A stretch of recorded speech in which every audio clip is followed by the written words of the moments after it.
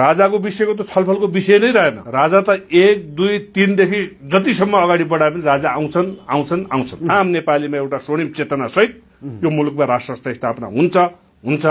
मैले यसलाई किन त्यसरी भनिराखेको छु भने मैले 22 वटा देशको राजा पुनर्स्थापना भएको इतिहासलाई अत्यन्तै सूक्ष्म ढंगबाट अध्ययन गर्ने प्रयास गरेको छु। अब राष्ट्र संस्था स्थापना भयो। यसले राष्ट्र संस्था मात्र स्थापना भएन, यो राष्ट्र संस्थाले एज अफ इनलाइटमेन्टको चाहिँ नि अवधारणा स्थापित गर्दछ। कस्ता व्यक्तिहरू अहिले चाहिँ अत्यन्त विचलित छन् भने जसले 17,000 को मासुभात खाएका छन्, जसले 105 वटा बैंकहरू लुटेका छन्, जसले गिरीबन्धुहरू खाएका छन्, जसले व्हाइट बडीहरू खाएका छन्, जसले क्यान्टोनमेन्टका चाहिँ रकम खाएका छन्, जसले हवाई जहाजका रकम खाएका छन्, हो तिनीहरूको चाहिँ के छ भन्नुहुन्छ भने इभन कस्तोसम्म छ भन्नुहुन्छ भने केही बाख्रा चोरहरू तिलमिलाएका छन्, केही घडी चोरहरू तिलमिलाएका छन्। हो यस्ता व्यक्तिहरूलाई के हो भन्नुहुन्छ भने आफ्नो मनोगत रूपबाट एउटा त्यो प्रकृतिको डर त्रास त्यो किसिमको पैदा भएको छ। 17,000 मान्छे मारिदा पनि नेपाली जनताले सुख किन पाएन? मैले एउटा विषय त्यो प्रश्न राखेँ गणतन्त्रवादीहरूसँग, जसले गणतन्त्र उपयुक्त छ भन्ने विषयलाई चाहिँ चर्चा र परिचर्चा गर्दछ भने त्यसले 17,000 मान्छे मारिदा पनि नेपाली जनताले सुख पाएन। यही गणतन्त्र हो जसले नेपाली नागरिकलाई चाहिँ नक्कली शरणार्थीको हैसियत प्रदान गरेर मुलुक छोड्न बाध्य बनायो। त्यो गणतन्त्रले किन बनायो? सर्वहाराको मुक्तिको सपना देखाएर सुन तस्करी गर्ने को, सर्वहाराको मुक्तिको चाहिँ सपना देखाएर सुन तस्करी गर्ने को, त्यसपछि त्यही कम्युनिस्ट सर्वहारा अधिनायकत्व स्थापना गर्छु, द्वन्द्वात्मक भौतिकवादका माध्यमबाट सर्वहारा अधिनायकत्व स्थापना गर्छु भन्ने व्यक्तिले हिमालयन हुस्की लिएर आफ्नै कार्यकर्ताको कोठा किन चाहिने कोठा किन फुटाल्यो? आफू कम्युनिस्ट भएर सरकारी जग्गा किन लुटेको? उद्योग धन्दाहरू किन बेचिएको? युएसआइडी को डलर खाएर चाहिँ धर्मनिरपेक्षता किन बनाइएको? अनि गिरीबन्धु कहाँ लुटिएको छ? व्हाइट बडी किन उडेको छैन अहिलेसम्म? एउटै वंशको एउटै व्यक्ति किन बारम्बार प्रधानमन्त्री भइरहेको छ? समानुपातिक र समावेशीका नाममा बेड शेयरिङ गर्ने व्यक्ति मात्रै संसदमा किन उपस्थित हुन्छ? त्यो पृष्ठभूमिका, त्यो आदर्शता बोकेका, त्यो चरित्र बोकेका, त्यो हरकत गर्ने व्यक्तिहरूले राष्ट्र संस्थाको विषयमा चाहिँ विरोध गर्ने कानून त होइन, नैतिक हैसियत पनि लाग्दैन। यसको जग छैन, यसको अन्त्य र यसको मृत्यु स्वाभाविक छ, अपरिहार्य छ र प्राकृतिक। अब नेपाली जनताले 70 करोड खानेलाई नेता मान्दैनन्। अब नेपाली जनताले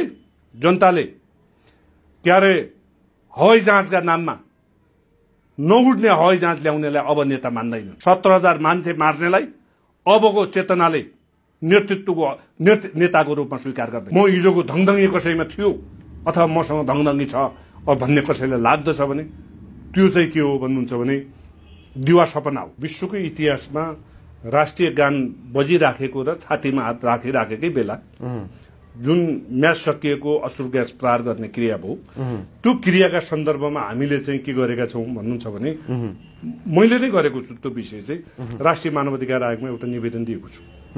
यसले गम्भीर रूपमा के स्थापित गर्यो भने यसले चाहिँ राज्यले युद्ध अपराधको डिक्लेयर गरेर घोषणा गरेको छ। बाबुराम भट्टराई मान्छे हो भने अब नेपाली जनताका अगाडि कसरी अनुहार देखाउन सक्छ? दुबई कतारमा रहने अब बल्ल बुझेछन् कसका कारणले गर्दा म आज दुबई र कतारमा मेरो रगत र पसिना बेचिराखेको छु र कति बेला म चाहिँ बाकसमा मेरो परिवार कहाँ पुग्छु भन्ने कुरा अब ती प्यारा नेपाली दाजुभाइ तथा दिदीबहिनीले भर्खर कुरा बुझ्न थालेछ। यो प्रवाह यसको प्रवाहलाई मूल्याङ्कन गरेर जति सक्यो छिटो राष्ट्र संस्थात्मक शासन प्रणाली स्थापना गर्छ। र आज महाराज दिराजको सन्देशले पनि मैले मेरो बाबुलाई किन खुट्टामा ढोगर्छु भन्ने विषय पनि त्यो पनि संस्कारको एउटा विषय होला। मैले मेरो कुल देवतालाई किन पूजा गर्छु त्यो भन्ने पनि मेरो संस्कार होला। तर कलो खाएर त्यो संस्कारलाई समाप्ति गर्नेहरूले यो संस्कार र संस्कृतिलाई के भन्दै थिए भने हामी त्यो मानव होइनौँ, हामी त्यो दानवीय भूमिकामा रहँदैनौँ। दानवीय भूमिकामा बाबु मर्दा छालाका जुत्ता लगाएर वरिपरि घुम्ने, छोरो मर्दा टाउको तल पार्ने तर अनुसन्धान गर्न नदिने, त्यो चाहिँ हामी गर्दैनौँ। 10 जना जन्ती र 5,000 भन्दा बढी खर्च गर्न नपाइने भन्ने कानुनी व्यवस्था बमोजिम चाहिँ 10 जना जम्मा गरेर 5,000 रुपियाँमा बिहा खर्च गर्नेलाई चाहिँ भाटा हान्ने व्यक्तिले अहिले 10 करोड खर्च गरेर कुन होटलमा चाहिँ आफ्नी छोरी नातिनीहरूको बिहा गरेको। 2048 सालमा शेरबहादुर देउबाको हैसियत के थियो, आज के हैसियत छ?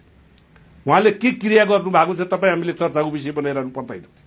केपी ओलीजीको 2048 सालमा के हैसियत थियो, आज के हैसियत छ त्यसको चर्चा गर्नु पर्दैन।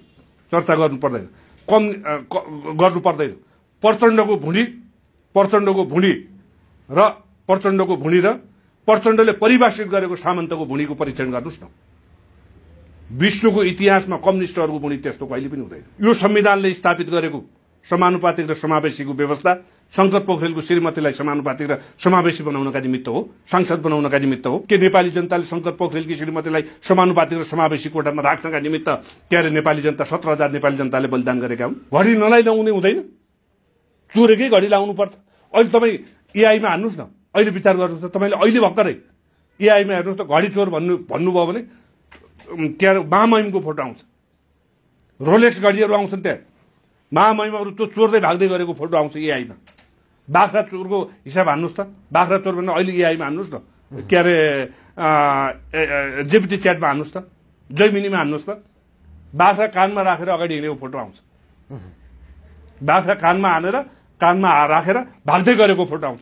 त्यो पृष्ठभूमिले के अरे राष्ट्र संस्थाका विरुद्धमा, राष्ट्र संस्थाको इतिहासमा कुनै पनि शासकले त्यसका सन्तानले बाख्रा चोरेर हिँडेको थिएन, कुनै पनि सन्तानले घडी चोरेर हिँडेको थिएन, कुनै पनि सन्तानले सरकारी जग्गा खाएर हिँडेको थिएन, कुनै पनि के अरे सन्तानले के अरे तपाईँको उद्योग धन्दा र कल कारखाना बेचेको थिएन। पूर्व राजा ज्ञानेन्द्र शाहको सम्बोधन आयो नयाँ वर्षको अवसर पारेर।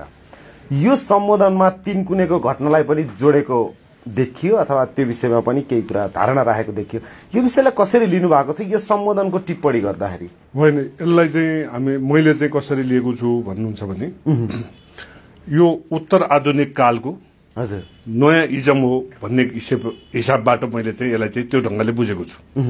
यसले 3-4वटा विषयलाई चाहिँ अत्यन्त मर्मस्पर्शी र अत्यन्तै दार्शनिक दृष्टिकोण चाहिँ त्यो के अरे श्रीपाद महाराज धिराजको शुभकामना सन्देशमा व्यक्त भएको छ। हजुर, एउटा नागरिक स्वतन्त्रता र नागरिक सर्वोच्चताका अगाडि अब संसारको कुनै पनि बातको भूमिका रहँदैन भन्ने एउटा फन्डामेन्टल्ली अत्यन्तै महत्त्वपूर्ण र अत्यन्तै दार्शनिक दृष्टिकोण एउटा त्यो त्यसमा व्यक्त भएको छ। नम्बर 1। नम्बर 2, यो विषयलाई चाहिँ यसको चाहिँ वास्तवमा भन्ने हो भने म त्यसको श्रेय लिन त चाहन्न, तर मैले बारम्बार भन्ने गरेको विषय के हो भने पृथ्वीपथ अब नेपालमा चाहिँ राष्ट्रिय एकताको र नेपालीको एकताको बीचको आवश्यकता चाहिँ अपरिहार्य छ है, अपरिहार्य छ। यसले अप्रत्यक्ष रूपमा चाहिँ कलोवादलाई अस्वीकार गर्नुपर्छ भन्ने पृथ्वीपथको चाहिँ दोस्रो दृष्टिकोण त्यसमा व्यक्त भएको छ। हजुर, र यसका साथसाथै नेपालको शाहवंशीय परम्परा मुताबिकको अस्ति चाहिँ 15 गते जुन तिनकुनेमा घटना घटेको छ त्यसको दुःख व्यक्त गर्ने क्रिया भएको छ।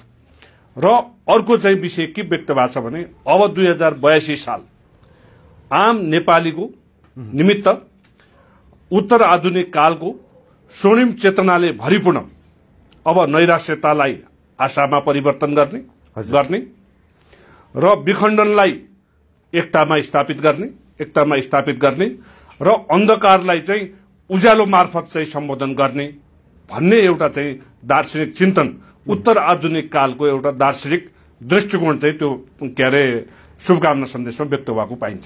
त्यही त, जस्तो कि अब 82 सालमा नयाँ कुराको सुरुवात गर्ने भन्ने कुरा सम्बोधनमा आइरहँदाखेरि अब राजै फर्काउँछौँ भनेर लाग्नेहरूको लागि त उत्साहजनक भयो होइन? होइन, राजाको विषय यसको विषयको त छलफलको विषय नै रहेन। राजा त 1, 2, 3 देखि जतिसम्म अगाडि बढाए पनि राजा आउँछन्। किन मैले यसलाई किन त्यसरी भनिराखेको छु भने मैले 22वटा देशको राजा पुनर्स्थापना भएको इतिहासलाई अत्यन्तै सूक्ष्म ढङ्गबाट अध्ययन गर्ने प्रयास गरेको छु। मैले अहिले जुन नेपालमा जुन घटनाहरू विकसित भइराखेको छ, एकातिर कलोवादीहरूको निरङ्कुशता र तानाशाहीताको बर्बरता र जर्जरता, अर्कोतिर राजावादीहरूको अनुशासनशीलता, संयमता, धैर्यता र कर्तव्यनिष्ठता को बीचको जुन एउटा चाहिँ नि के अरे बीचको एउटा चाहिँ जुन द्वन्द्व छ नि, यसले के स्थापित गर्यो भने 1657, 58, 59 यही प्रकृतिको ढङ्गबाट बेलायतमा चाहिँ के भएको थियो भन्नुहुन्छ भने राष्ट्र संस्था पुनर्स्थापना गर्ने चाहिँ अभियान सञ्चालन भएको थियो। परिणाम स्वरूप बेलायतको स्ट्यानफोर्डमा राजाको छोरो जो चाहिँ के अरे मृत्युदण्ड प्राप्त गरेका राजाका छोराले चाहिँ के अरे राजगद्दीमा पुनः गर्ने जुन अवसर प्राप्त गरे नि हो त्यो परिस्थिति र अहिलेको जुन परिस्थिति छ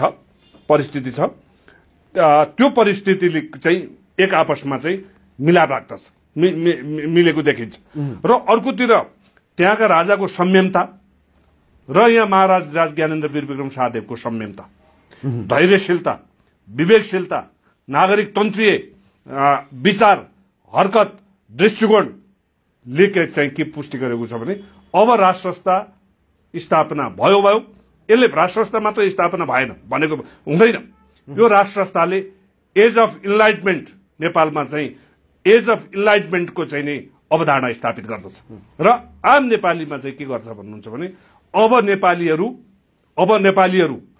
दासत्वबाट मुक्त भएको धर्मबाट मुक्त भएको वादबाट मुक्त भएको कलोवादबाट मुक्त भएको साम्राज्यवादी विस्तारवादी र पुँजीपतिबाट मुक्त भएको जुन अवस्थाको चाहिँ एउटा स्वर्णिम चेतनाको आम नेपालीमा एउटा स्वर्णिम चेतना सहित यो मुलुकमा राष्ट्र संस्था स्थापना हुन्छ।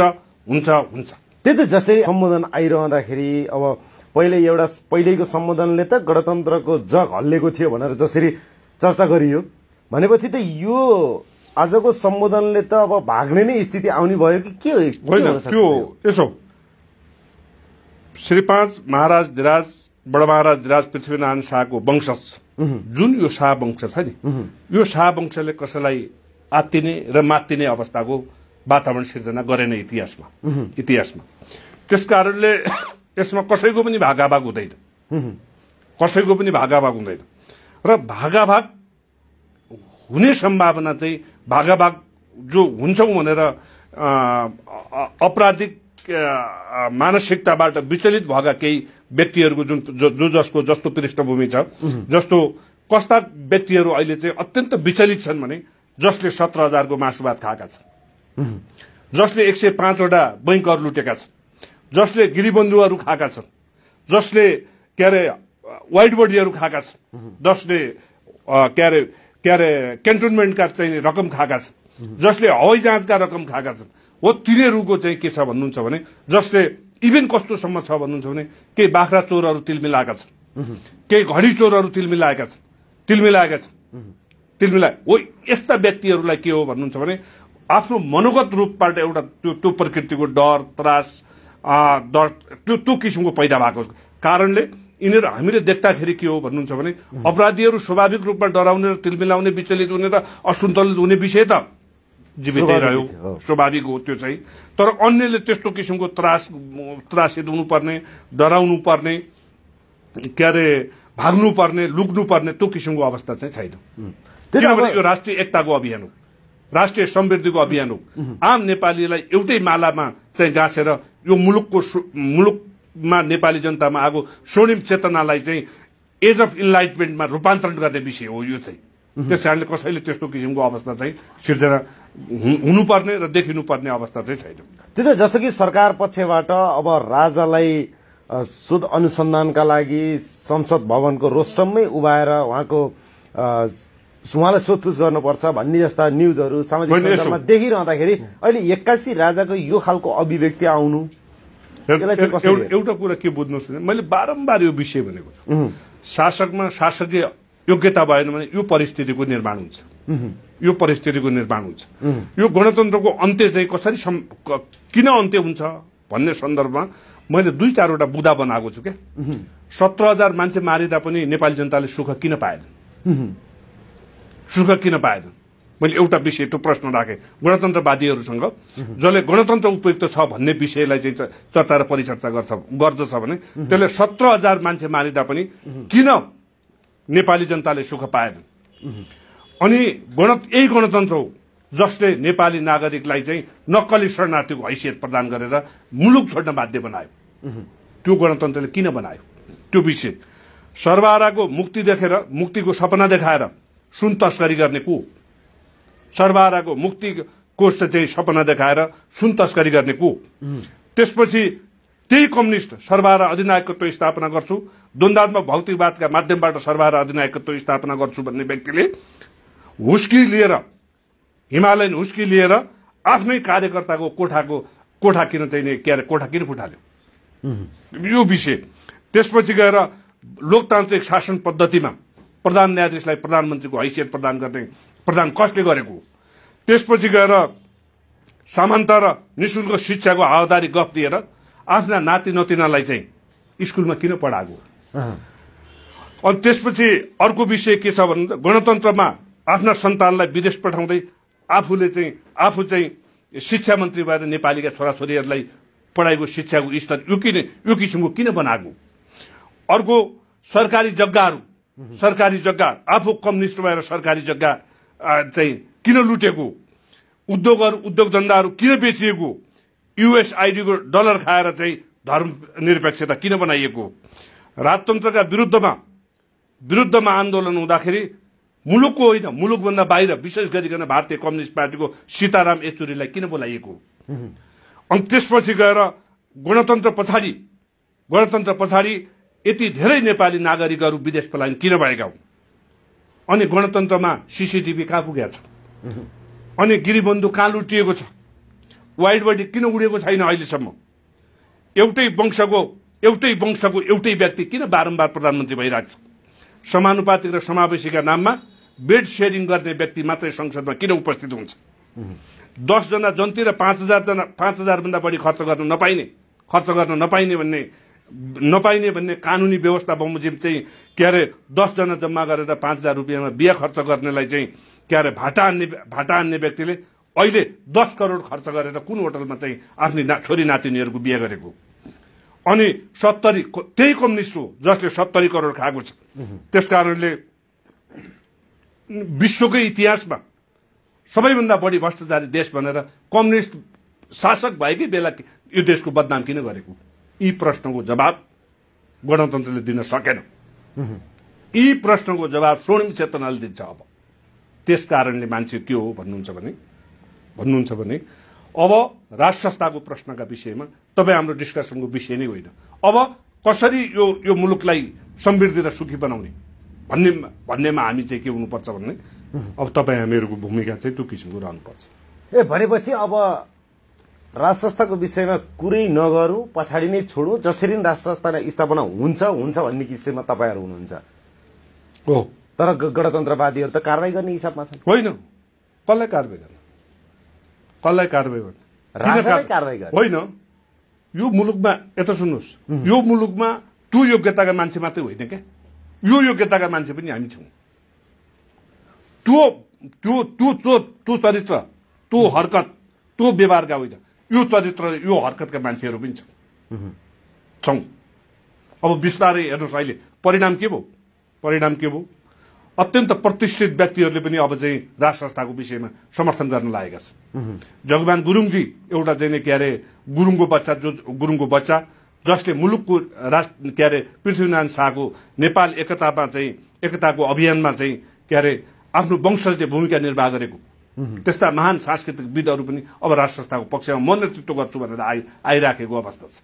एकातिर उद्योग धन्दा सञ्चालन गर्ने, कल कारखानाहरू सञ्चालन गर्ने, इन्जिनियरहरू, डाक्टरहरू, के अरे पाइलटहरू, के अरे वकिलहरू, अब पेसागत संगठनहरू, प्राध्यापकहरू, ती व्यक्ति त्यस्ता महान व्यक्तिहरू जो मुलुकका चाहिँ सोसियल इन्जिनियरहरू हुन्, ती इन्जिनियरहरू पनि के भइराखेका छन् भने अब राष्ट्र संस्थात्मक शासन प्रणालीका निमित्त चाहिँ अगाडि आइराखेको छ। र यसको राष्ट्र संस्थात्मक शासन प्रणालीको विरोध गर्नेहरूको एकचोटि ब्याकग्राउन्ड हेर्नुहोस्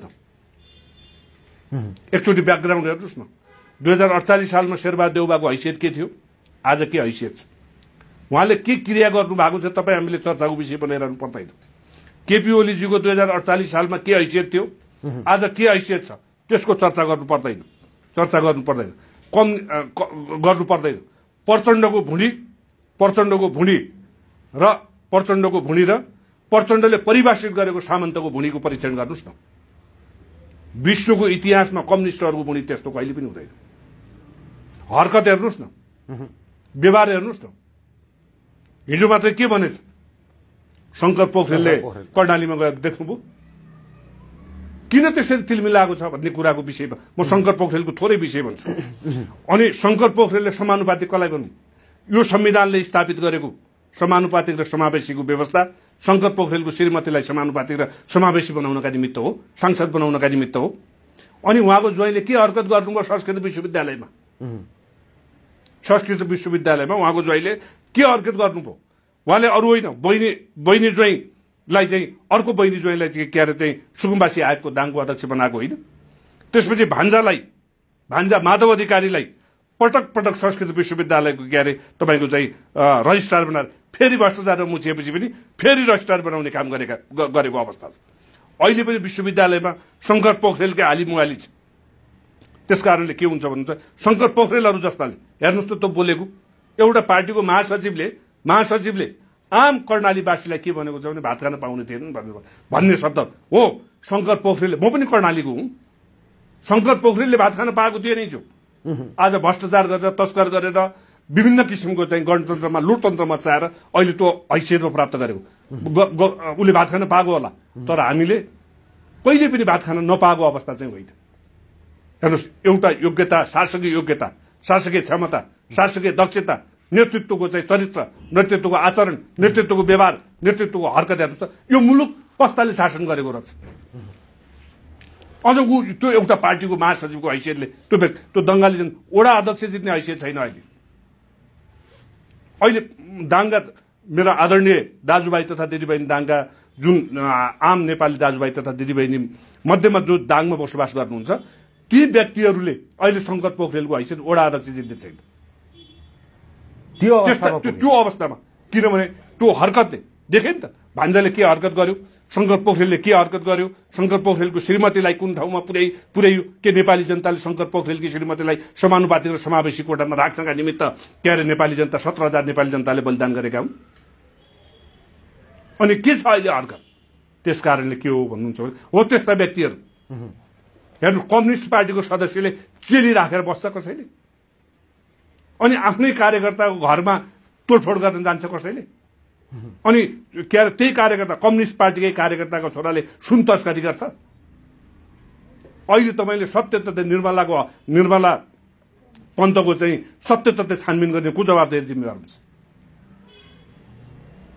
त्यसकारणले के हो भन्नुहुन्छ भने राज संस्थाका को विरुद्धमा लाग्ने व्यक्तिहरूको एकचोटि सार्वजनिक पृष्ठभूमि हेर्नुहोस् न घडी नलाउने हुँदैन चोरेकै घडी लाउनु पर्छ अहिले तपाईँ एआईमा हान्नुहोस् न अहिले विचार गर्नुहोस् न तपाईँले अहिले भर्खरै एआईमा हेर्नुहोस् त घडी चोर भन्नुभयो भने त्यहाँ महामहिमको फोटो आउँछ रोलेक्स घडीहरू आउँछन् त्यहाँ महामहिमहरू त्यो चोर्दै भाग्दै गरेको फोटो आउँछ एआईमा बाख्रा चोरको हिसाब हान्नुहोस् त बाख्रा चोर भने अहिले एआईमा हान्नुहोस् न के अरे जेपिटी च्याटमा हान्नुहोस् त जैमिनीमा हान्नुहोस् त बाख्रा कानमा राखेर अगाडि हिँडेको फोटो आउँछ बाख्रा कानमा राखेर भाग्दै गरेको फोटो आउँछ त्यो पृष्ठभूमिले के अरे राज संस्थाका विरुद्धमा राज संस्थाको इतिहासमा कुनै पनि शासकले त्यसका सन्तानले बाख्रा चोरेर हिँडेको थिएन कुनै पनि सन्तानले घडी चोरेर हिँडेको थिएन कुनै पनि सन्तानले सरकारी जग्गा खाएर हिँडेको थिएन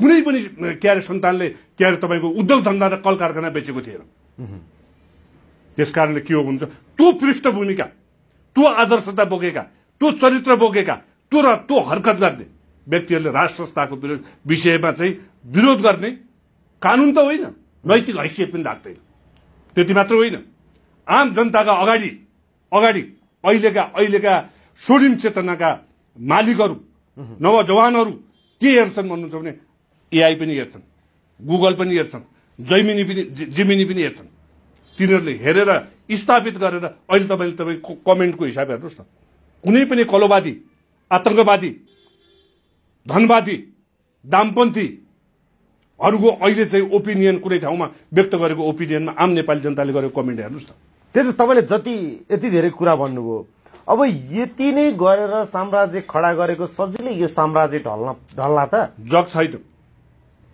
धेरै कुरा चर्चा गर्दैन म जग छैन भनेपछि यो गणतन्त्रको जग छैन जग बिना नै अडिरहेको जग बिना नै अडियो यो कलोवादमा अडिएको छ कलोवाद लगभग अन्त भएको छ यसको जग छैन यसको अन्त्य र यसको मृत्यु स्वाभाविक छ अपरिहार्य छ र प्राकृतिक छ तर हेर्नुहोस् न एकातर्फ अब सरकारमै रहेका शीर्ष व्यक्तित्वहरू अथवा गणतन्त्रका नायकहरूले फेरि अब 40 वर्षभन्दा मुनिका युवाहरू सडकमा उतार्ने रे खास के का लागि हुन सक्छ यो के लाग्छ तपाईलाई प्रतिकारकै लागि होला कसको एमालेबाट अब युवा संघ भातृ संगठन लगायतका 40 वर्षभन्दा मुनिका 1 लाख युवा सडकमा उतार्ने रे होइन यसो छ कहिले के हुन्छ भने मैले यसभन्दा अगाडि पनि हेरेको छु चाउचेस्कु अगस्तो पिनोचेले पनि पुलपोटहरूले पनि यो हरकत गरेका थिए भ्लादिमिर लेनिनदेखि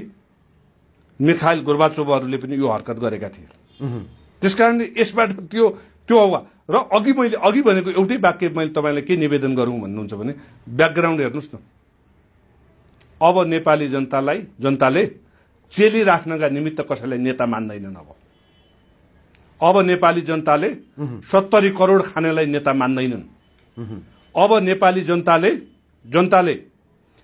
क्यारे हवाई जहाजका नाममा नउड्ने हवाई जहाज ल्याउनेलाई अब नेता मान्दैनन् अब नेपाली जनताले आफ्ना लडाकाकालाई दिएको रकम खानेलाई अब नेता मान्दैनन् 17,000 मान्छे मार्नेलाई अबको चेतनाले नेताको रूपमा स्वीकार गर्दै त्यो त बहिष्कार गरेको त विभिन्न ठाउँमा तपाईले हो त्यसको पुष्टि गिरिबन्धुको पुष्टि अस्ति अहिलेका आदरणीय सम्माननीय प्रधानमन्त्री चाहिँ तराईमा जाँदाखेरि को अवस्थाले पुष्टि गरेको छ अब के हो भने इतिहासको त्यो दिन होइन धेरै पानी बगिसकेको छ धेरै परिवर्तन भइसकेको छ धेरै चेतनाहरू रूपान्तरण भइसकेको छ विकसित भइसकेको छ त्यसकारणले अब म हिजोको धङधङ्गी कसैमा थियो अथवा मसँग धङधङ्गी छ भन्ने कसैलाई लाग्दछ भने त्यो चाहिँ के हो भन्नुहुन्छ भने दिवा सपना हो दिनमा देखिएका सपनाहरू लागू कहिले पनि हुँदैन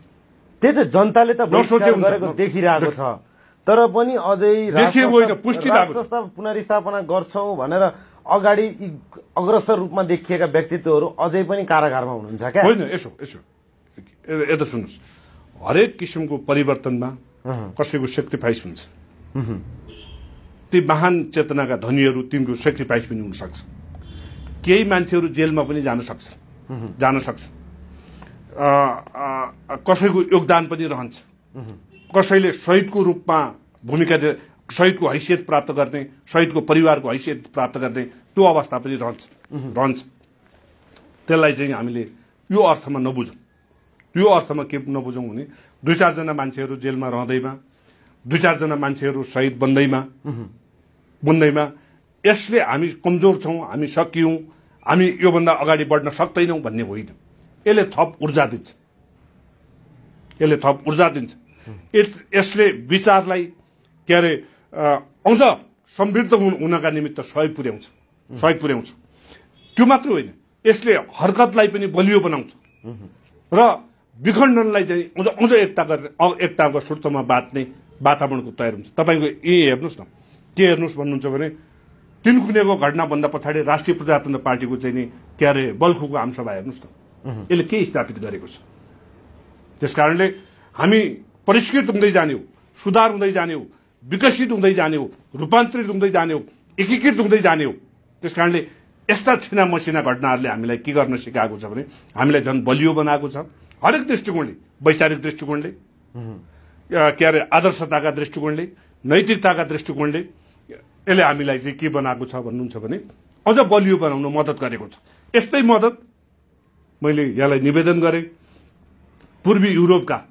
रोमानिया चेकोस्लोभाकिया युगोस्लाभिया बुल्गेरिया पूर्वी जर्मन के अरे सोभियत संघमा यही किसिमको अवस्थाले आज त्यहाँ फेरि नआउने गरी कम्युनिस्ट तानाशाही व्यवस्था पुनः नआउने गरी चाहिँ के अरे त्यहाँबाट लखेटिएको छ चाउचेस्कुहरू पोलपोटहरूको चाहिँ अन्त्य भएको छ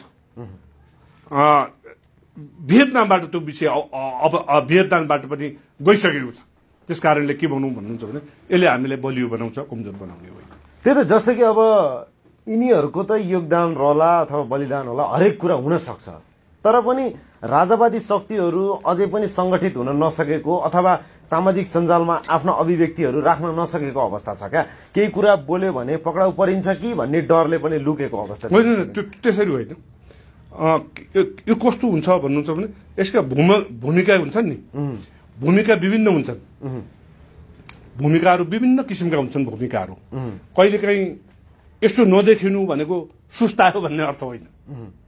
तर आम सर्वसाधारणले बोल्ने हिसाबमा त यो हुन्छ। यसो यसलाई कसरी बुझौँ भने कहिलेकाहीँ के हुन्छ भन्नुहुन्छ भने आमले आमै ढङ्गले बुझिदिन्छ कि बुझिदिन्छ, तर त्यसको एक्ज्याक्ट अर्थ त्यो चाहिँ हुँदैन। अलिकति सामाजिक सञ्जालमा कम लेखिनुको अर्थ सामाजिक सञ्जालमा यिनको सक्रियता घट्यो भन्ने होइन। अलिकति नयाँ हरकत गरिएन अर्थात् त्यसको अर्थ के हुन्छ भने कहिलेकाहीँ शक्ति प्रदर्शनका निमित्त शक्ति सञ्चय पनि हुन्छ। यसलाई शक्ति सञ्चयका अर्थमा बुझ्दा पनि भयो। अर्को यसको विषय के हो भने अहिलेको जुन वर्तमान परिस्थिति जुन अगाडि बढिराखेको छ नि, त्यो बढिराखेको विषयलाई चाहिँ प्रतिकारात्मक अझ सशक्त ढङ्गले आफू प्रस्तुत हुनका निमित्त अलिकति के अरे सतहमा नदेखिएको भन्ने अर्थमा मात्रै बुझ्नु चाहिँ जरुरी हुन्छ। त्यो त जसरी अब तिनकुनेको घटनालाई अलिकति त्यसमा प्रवेश गरौँ। जस्तो कि तिनकुनेको घटना अथवा त्यहाँको कार्यक्रम भनेको अब घोषणा सभा हो भनेर तपाईँहरूले सम्बोधन गरिराख्नु भएको थियो, तर त्यो घोषणा सभा सम्पन्न हुन पाएन। तर त्यस पछाडिको कुनै पनि सभाहरू देखिएन। एकातर्फ अब राप्रपाले त बल्खुमा आन्दोलनको घोषणै गर्यो, 7 गतेबाट कन्टिन्युटी गर्ने कुरा नै छ। अब भनेपछि अर्को राजावादी शक्ति तिनकुनेको थियो, एकातिर राप्रपाको थियो। राप्रपाले घोषणा गरे, यो कार्यक्रमको पछिको कुनै पनि कार्यक्रमहरू भएन र घोषणा पनि भएन। अब कसरी अगाडि बढ्न सक्छ?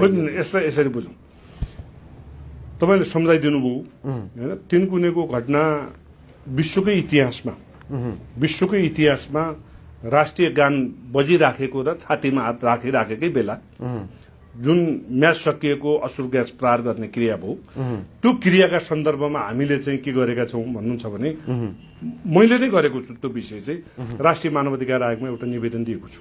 यसले गम्भीर रूपमा के स्थापित गर्यो भने यसले चाहिँ राज्यले युद्ध अपराधको डिक्लेयर गरेको घोषणा गरेको छ, राज्यले मानवता विरुद्धको अपराध गरेको छ र राज्यले शान्ति विरुद्धको अपराध गरेको छ भन्ने कुराको विषयलाई त्यसलाई बिम्ब गर्छ। र त्यो बिम्ब राष्ट्रिय मानवाधिकार आयोग र हामीले यो विषयलाई सर्वोच्च अदालतमा पनि उठान गर्ने विचार गरेका छौँ। यहाँबाट यो विषयलाई यहीँबाट सम्बोधन गर्न सकियो भने त्यसको स्ट्याटस, त्यो इस्युको चाहिँ स्ट्याटस अलिक फरक ढङ्गको हुन्छ। तर यहाँबाट सम्बोधन गर्न सकिएन भने हामीलाई त्यसले अत्यन्त सहजता प्रदान गर्छ। के सहजता प्रदान गर्छ भने यसलाई इन्टरनेसनलाइज गर्ने अवस्थाको सिर्जना गर्छ। त्यो समग्र आन्दोलनका निमित्त एउटा चाहिँ नयाँ औजारको भूमिका निर्वाह गर्दछ।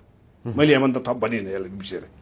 र अर्को विषय के भन्नुहुन्छ भने राजावादीहरू तपाईँ र म सँगै बस्दैमा र सँगै खाँदैमा मात्रै तपाईँको र मेरो एकता हो भन्ने कुरालाई म मान्दिनँ।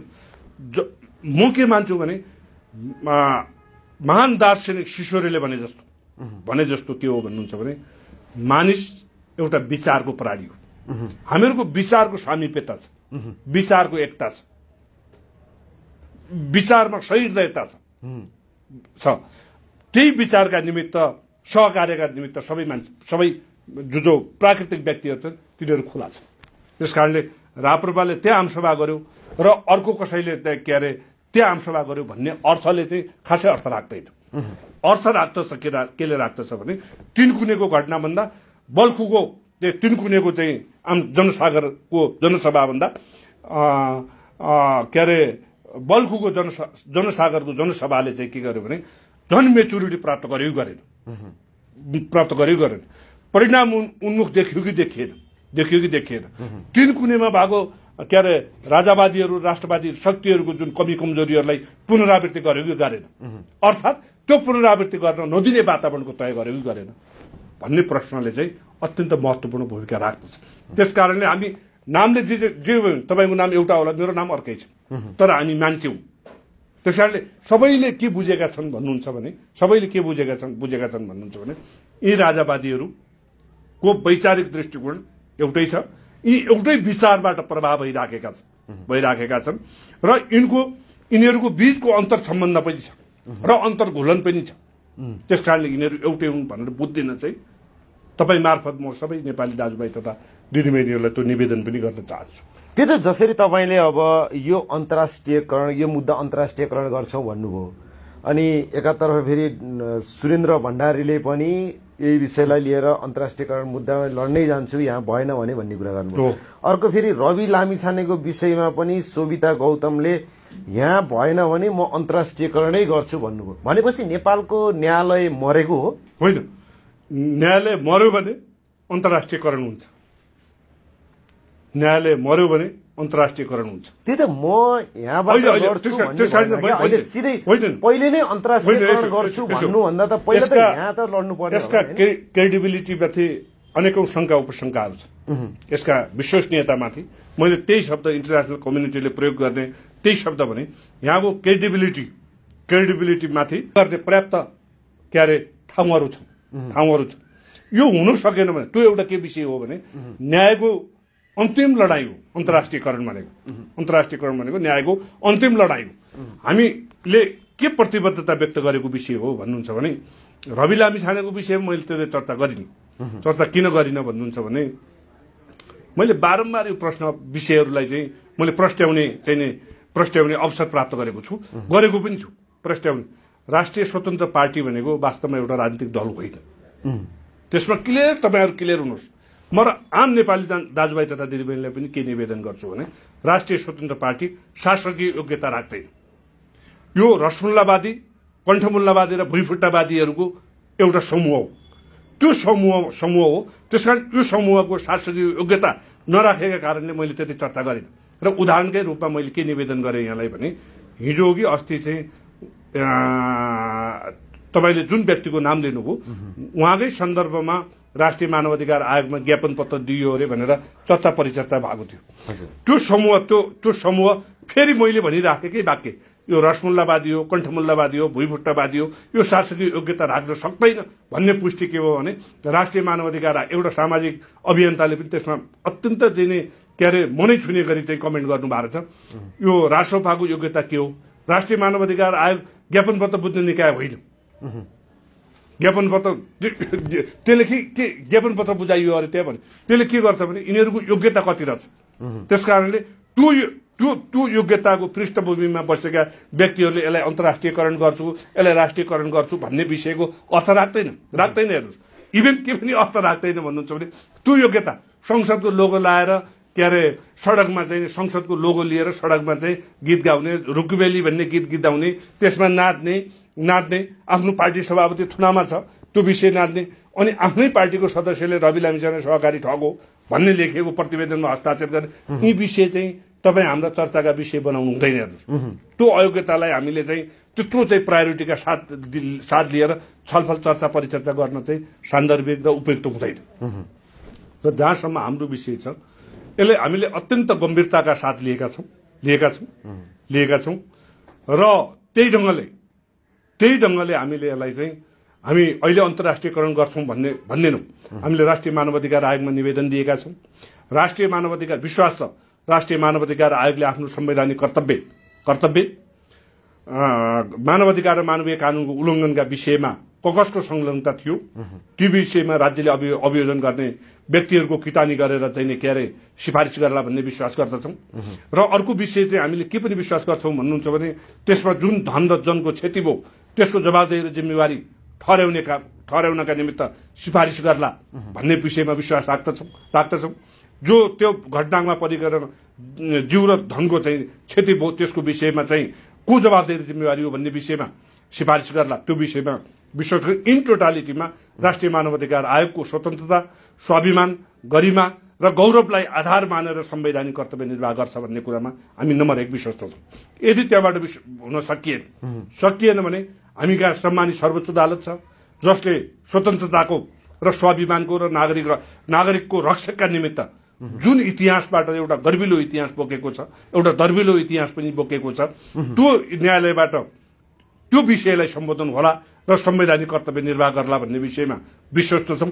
यति हुँदाहुँदै पनि तत्तद निकायबाट चाहिँ संवैधानिक कर्तव्य निर्वाह नगरेको हामीलाई महसुस भयो भने यो विषयलाई हामीले अन्तर्राष्ट्रियकरण गर्ने भन्ने विषय त्यसरी सार्वजनिक गरेका हौं। र हामीले निवेदन दिँदा चाहिँ राष्ट्रिय मानवाधिकार आयोगमा निवेदन दिँदा चाहिँ के भनेका छौं भन्दाखेरि तपाईहरुबाट हामी सन्तुष्ट न्याय प्राप्त गरेको सन्तुष्टि हुन सकेन भने यो विषयलाई हामी अन्तर्राष्ट्रियकरण गर्छौँ भन्ने हामीले पूर्व जानकारी पनि दिइसकेका छौँ। त्यही त अहिले एकाएक प्रश्न उठेको छ कि सामाजिक सञ्जालमा मानव अधिकार कता हरायो भन्ने प्रश्न उठिरहँदा तपाईँहरूले यो किसिमको कुराकानी गरिरहँदा त्यसबाट त्यति धेरै आश गर्न सकिन्छ जस्तो चाहिँ लाग्दैन। होइन, अनुमानित त हुनु भएन। हामी एउटा निश्चित फ्रेमवर्कमा छौँ, एउटा संवैधानिक फ्रेमवर्कमा छौँ। हामी नामले भए पनि संवैधानिक राज्यमा छौँ, नामले भए पनि हामी कहाँ विधिको शासन छ भन्ने कुरालाई चाहिँ हामी जतिको मान्छेले स्वीकार गर्नुपर्छ। हामी जतिकै मान्छेले यो मुलुक संविधानवादको परिधिभित्रबाट मुलुकको राज्य व्यवस्था सञ्चालन गर्नुपर्छ र हुनुपर्दछ भन्ने एउटा मान्यता राख्दछौँ। त्यस कारणले त मैले अहिले के भनिराखेको छु भन्नुहुन्छ भने के भनिराखेको छु यसभन्दा अगाडि भने के भन्यो भने यो गणतान्त्रिक संविधान हो। गणतान्त्रिक संविधानले चाहिँ के गर्छ भने राज्यको प्रणाली र शासक परिवर्तन राइट टु रिबेल संविधान सम्मत ढङ्गबाट चाहिँ के अरे संविधान सम्मत ढङ्गबाट चाहिँ आफ्नो विचार र आफ्नो स्वतन्त्रताको प्रयोग गर्न पाइन्छ। त्यस कारणले यो वर्तमान संविधानले राष्ट्रतात्मक शासन प्रणालीको विचारलाई निषेध गर्न मिल्दैन भन्ने विचारहरू राखिराखेका छौँ। त्यस कारणले यही गणतान्त्रिक संविधानको पृष्ठभूमिमा रहेर मुलुकमा चाहिँ राष्ट्रतात्मक शासन प्रणाली स्थापना हुन सक्दछ भन्ने मान्यता मेरा आदरणीय चाहिँ केही मित्रहरू जस्तो राजेन्द्र लिङ्गदेलजीहरूले म उहाँहरूलाई चाहिँ अहिले जुन संसदमा उहाँहरूले खेलिराखेको भूमिकाप्रति अत्यन्तै कृतज्ञ छु र कोही कसैले अलिकति अज्ञानी र अलिकति चाहिँ अन्धकारको पृष्ठभूमिमा रहेका व्यक्तिहरूले राजेन्द्र लिङ्गदेलजीहरू तपाईँहरू राजीनामा दिएर सडकमा आउनुहोस् भनेको अभिव्यक्ति पनि सुनियो। तर त्यो चाहिँ अज्ञानताको चाहिँ एउटा प्रतिबिम्ब हो भन्ने मलाई लाग्दछ। त्यसकारण राजेन्द्र लिङ्गदेलजीहरूले यही संविधानको परिधिभित्र रहेर यही संविधानले स्थापित गरेको निर्वाचन प्रणालीबाट स्वीकार गरेर जुन एउटा उत्तराधुनिक कालको सबैभन्दा शक्तिशाली हतियार अभिव्यक्तिको स्वतन्त्रता संसदमा प्रयोग गरिरहनु भएको छ। जनप्रतिनिधि अत्यन्त स्वागत योग्य र कृतज्ञ योग्य क्रिया गरिरहनु भएको छ। त्यस कारणले हामीले के भन्यौँ भन्नुहुन्छ भने हामी अहिले त्यतिसम्म कसैलाई अविश्वास गर्नुपर्ने अनुमान गर्नुपर्ने अवस्थामा छैन। हामी अझै विश्वास छ यही गणतान्त्रिक संविधानकै परिधिभित्रबाट रहेर मुलुकमा राष्ट्रतात्मक शासन प्रणाली स्थापना गर्न सक्छौँ भन्ने मान्यता जुन हामीले बोकिराखेका छौँ त्यो मान्यताले आज श्री 5 महाराज धीराज ज्ञानेन्द्र वीरविक्रम शाहदेवको अभिव्यक्तिबाट पनि त्यो के भनिएको छ भन्नुहुन्छ भने नागरिक स्वतन्त्रताका अगाडि कुनै पनि वादको भूमिका हुँदैन भन्ने जुन तथ्य स्थापित भएको छ यसले अत्यन्त ठूलो दार्शनिक महत्त्व राख्छ र त्यही दार्शनिक दृष्टिकोणका अधीनस्थ भएर हामी मुलुकमा राष्ट्रतात्मक शासन प्रणाली स्थापना गर्छौँ भन्ने हाम्रो दृष्टिकोण हो। त्यसकारणले हामीले यो केही संयन्त्र राज्यका केही संयन्त्र जस्तो कसमा चाहिँ राष्ट्रिय मानवाधिकार आयोग अन्य संवैधानिक आयोग जस्तो होइन। यो संवैधानिक आयोग यसको स्वतन्त्रता अलिक भिन्न प्रकृतिको छ। यसमा नियुक्त हुने व्यक्तिहरूको जुन एउटा स्वभाव छ, एउटा गौरव छ, एउटा गरिमा छ। अहिले सम्मानित सर्वोच्च अदालतको पूर्व न्यायाधीशले त्यसको नेतृत्व गर्नुभएको छ। आदरणीय लिली थापा जस्ता एउटा चाहिँ सुझबुझ र ज्ञान विज्ञानले परिपूर्ण भएको त्यहाँ सदस्य हुनुहुन्छ। त्यस्ता व्यक्तिहरूको विषयमा चाहिँ अनुमानित ढङ्गले चाहिँ चर्चा परिचर्चा गर्नु त्यति सान्दर्भिक पनि हुँदैन। अब जसरी तपाईँले दावाका रूपमा 1, 2, 3 राजा फर्किन्छन्, राजसंस्था पुनर्स्थापना हुन्छ भन्नुभयो भनेपछि अब यो आशालाई उत्साहमा परिणत कहिलेसम्म होला अथवा कहिलेसम्म राजसंस्था पुनर्स्थापना हुन्छ के लाग्छ अब समीक्षामा? यो होइन, यो कसरी अगाडि बढ्यो हेर्नुहोस् त। यसको प्रभाव कति छिटो बढेको छ, यसको प्रभाव हेर्नुहोस् त। अहिले सामाजिक सञ्जाल हेर्नुहोस्, मैले त बारम्बार भन्ने गरेको छु। अहिले हामी आइटीबाट एआईमा गइसक्यौँ। एआईको चेतनाले बाख्रा चोरलाई घडी चोरलाई पनि चिनिसक्यो, 70 करोडलाई पनि चिनिसक्यो, गृहबन्धुलाई पनि चिनिसक्यो, भुटानी शरणार्थीलाई पनि चिनिसक्यो, व्हाइट बडीलाई पनि चिनिसक्यो। इभन बाबुराम भट्टराई अब कसरी अनुहार देखाउँछन् हेर्नुहोस् त। राजेन्द्र लिङ्गदेलको एउटै वाक्यले आज बाबुराम भट्टराईको यति त्यो मान्छे हो भने है म भन्छु बाबुराम भट्टराई मान्छे हो भने अब नेपाली जनताका अगाडि कसरी अनुहार देखाउन सक्छ? त्यसकारणले अब यो स्वर्णिम चेतनाले ढिलो गर्दैन। त्यसकारणले जतिसक्दो छिटो यस्तो छिटो प्रवाह यसले करेन्ट प्रवाह गरिराखेको छ। अहिले हेर्नुहोस् त दुबई कतारमा रहने अब बल्ल बुझेछन् कसका कारणले गर्दा म आज दुबई र कतारमा मेरो रगत र पसिना बेचिराखेको छु र कति बेला म चाहिँ बागसमा मेरो परिवार कहाँ पुग्छु भन्ने कुरा अब ती प्यारा नेपाली के अरे दाजुभाइ तथा दिदीबहिनीले भर्खर कुरा बुझ्न थालेछ। अब युरोपमा र अमेरिकामा गएर भाँडा माझेर के अरे एकाडेमिक सर्टिफिकेट ल्याउने नेपाली दाजुभाइले पनि त्यो कुरा बुझिसकेका छन्। मलाई त बारम्बार ती विषयहरू छलफल मेरो संवाद हुन्छ, राजा नल्याएसम्म हामी मुलुकमा फर्किँदैनौँ भन्ने आवाज पनि बिम्ब भएको छ। हेर्नुहोस् है, हामी अब त्यसरी रूपान्तरित हुँदैछौँ र यति हुँदाहुँदै पनि हामीले एउटा धर्म चाहिँ के निर्वाह गर्न छोड्नुहुन्न भने लडाईँको विषय र इभन इन टोटालिटीमा राजनीतिक शास्त्रको विषय, राजनीतिक शास्त्रका विषयलाई ज्योतिषीय ढङ्गबाट शुद्ध विज्ञानको आँखाबाट हेरिदिनु हुँदैन। अर्थात् यति दिनभित्र म यो परिणाम प्राप्त गर्छु है भन्ने विषय चाहिँ सामाजिक विज्ञानको विषयलाई चाहिँ शुद्ध विज्ञानको दृष्टिकोणबाट परिभाषित गर्नु हुँदैन। त्यो गरियो भने अपरिपक्व काँचो ठहरिने भाव हुनाले मैले त्यो ठ्याक्कै समय भनिनँ। र मैले यति मात्र के भने भन्नुहुन्छ भने यो प्रवाह जुन यो यसको प्रवाहलाई मूल्याङ्कन गरेर जतिसक्दो छिटो राष्ट्र संस्थात्मक शासन प्रणाली स्थापना गर्छ र आज महाराज धिराजको सन्देशले पनि त्यो विषयलाई चाहिँ अब डाक्टर साहब अलिकति हिजोको विषयमा प्रवेश गरौँ। जस्तो कि वीरगञ्जमा हिजो धर्मकै विषयलाई लिएर तोडफोड भयो, त्यहाँको अवस्था दयनीय देखियो। त्यो अवस्थालाई कसरी निहाल्नु भएको? होइन, यता सुन्नुहोस् न, यो के हो भन्नुहुन्छ भने अब कलोवादीहरू अत्यन्त के अरे नाजुक अवस्थामा छ। कलोवादीहरू नाजुक यस अर्थमा मैले भने कि उनीहरू विचारका दृष्टिकोणले नाजुक छ, विचारका दृष्टिकोणले नाजुक छ। हिजो यिनीहरूले जुन विषय नेपाली जनतालाई, मैले टपरीवाद भन्छु नि, यिनीहरूले हिजो नेपाली जनतालाई टपरीवादको एउटा चाहिँ खोलमा आवरणमा चाहिँ एउटा झुक्क्याएर ढाँटेर ठगेर नौटङ्की देखाएर जुन क्रिया गरेका थिए नि, अब त एआईले बुझायो नि त्यो विषय। हेर्नुहोस् है, अब त्यो मात्रै होइन, मुलुकमा कुनै पनि यदि स्वाभिमानी कुनै नागरिक नेपाली हो भने, राष्ट्रभक्त र देशप्रेम भएको कुनै नेपाली नागरिक हो भने नेपालको इतिहास र नेपालीको इतिहास यति चाहिँ त्यसले बुझेको छ भने अब यी सबै ठाउँमा यस्ता क्रियाहरू आउँछन्। हेर्नुहोस्, यो प्राकृतिक हो, मैले बारम्बार भन्ने गर्छु नि। त्यसकारणले तपाईँ नेपाली हो भने तपाईँको संस्कृति हुन्छ, तपाईँको संस्कार हुन्छ। मेरो संस्कार र संस्कृति हुन्छ। मेरो संस्कार र संस्कृतिमा कसैले पेट भरेका कारणले, कसैले कलो दिएका कारणले, मैले भुस्याएको भूमिका निर्वाह गरेका कारणले मुलुकमा संस्कार र संस्कृतिको समाप्ति गर्न पाइन्छ? आज एउटा आतंकवादीले मैले भनेको सुन्दै थिएँ, संस्कार र संस्कृति त्यो संस्कार हो भने, संस्कार भने पृथ्वीका अगाडि 9वटा ग्रह किन घुम्छन् भन्ने विषय वैज्ञानिक होला, तर त्यो पनि एउटा संस्कार हो।